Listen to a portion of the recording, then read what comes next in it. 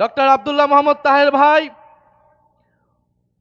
5ই August পরবর্তী সময়ে ঐক্যমত্য কমিশন থেকে সেই সংস্কার প্রক্রিয়ার থেকে এই 11 দলীয় জোট গঠন পর্যন্ত কঠোর পরিশ্রম উনি করেছেন। তার অক্লান্ত পরিশ্রম এবং চেষ্টার ফলে বাংলাদেশে সংস্কার প্রক্রিয়া এবং জুলাই সনদ গণভোটের দিকে গিয়েছে এবং এই 11 দলীয় জোট আজকে একত্রিত নির্বাচন করতে পারছে। আজকে এই 14 গ্রামের জনগণ প্রতি আমাদের আহ্বান থাকবে, আপনারা ডক্টর সৈয়দ আব্দুল্লাহ মোহাম্মদ তাহের ভাইকে দাঁড়িপাল্লা মার্কায় ভোট দিয়ে জয়যুক্ত করে সংসদে পাঠাবেন। তিনি সংসদে গিয়ে শুধু 14 গ্রামের জন্য নয়, সারা বাংলাদেশের মানুষের পক্ষে কথা বলবেন, সংস্কারের পক্ষে কথা বলবেন।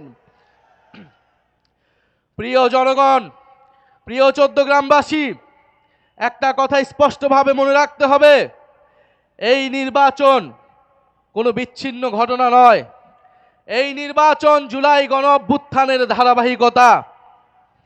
জুলাই গণ অভ্যুত্থানের মধ্য দিয়েই, হাজারো শহীদের রক্তের মধ্য দিয়েই আমরা আজকে নির্বাচন করে গণতন্ত্রের দিকে যাওয়ার আকাঙ্ক্ষা করতে পারছি। অনেকে মনে করছে এটা একটা বিচ্ছিন্ন ঘটনা, এটা একটা সাধারণ নির্বাচন, এটা গত 16 বছর তাদের লড়াইয়ের ফসল। যারা এটা মনে করছে তারা ভুল ভাবছে, তারা গণ অভ্যুত্থানকে অস্বীকার করার চেষ্টা করছে। জুলাই গণ অভ্যুত্থান হয়েছিল ফ্যাসিবাদ এবং আধিপত্যবাদকে মোকাবেলা করে এক নতুন ইনসাফ ভিত্তিক বাংলাদেশ প্রতিষ্ঠার লক্ষ্যে।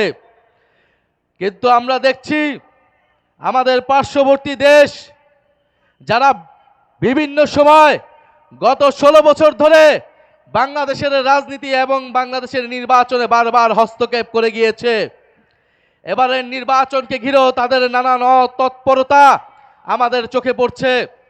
তাদের একজন কূটনৈতিক বলেছেন যে 11 দলীয় জোট ক্ষমতায় ভোট চুরি ছাড়া যেতে পারবে না, অর্থাৎ তারা স্পষ্টভাবে একটি দলের পক্ষে অবস্থান নিয়েছেন। গত 16 বছর ধরে তারা ফ্যাসিবাদের পক্ষে অবস্থান নিয়েছেন।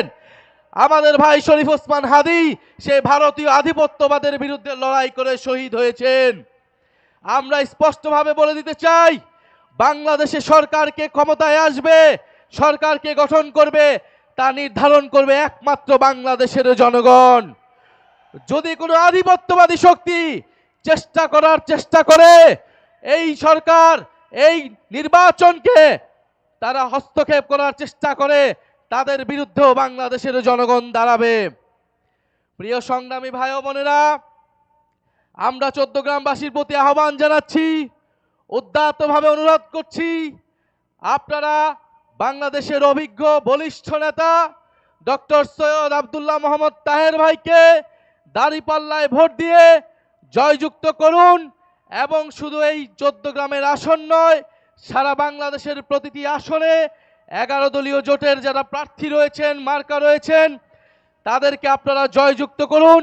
ইনশাআল্লাহ 11 দলীয় জোট সরকার গঠন করে জুলাই গণ অভ্যুত্থানের যে অসমাপ্ত কাজ, সংস্কারের যে অসমাপ্ত কাজ, শরীফ ওসমান হাদির যেই স্বপ্ন, সেই স্বপ্ন তারা বাস্তবায়ন করবে।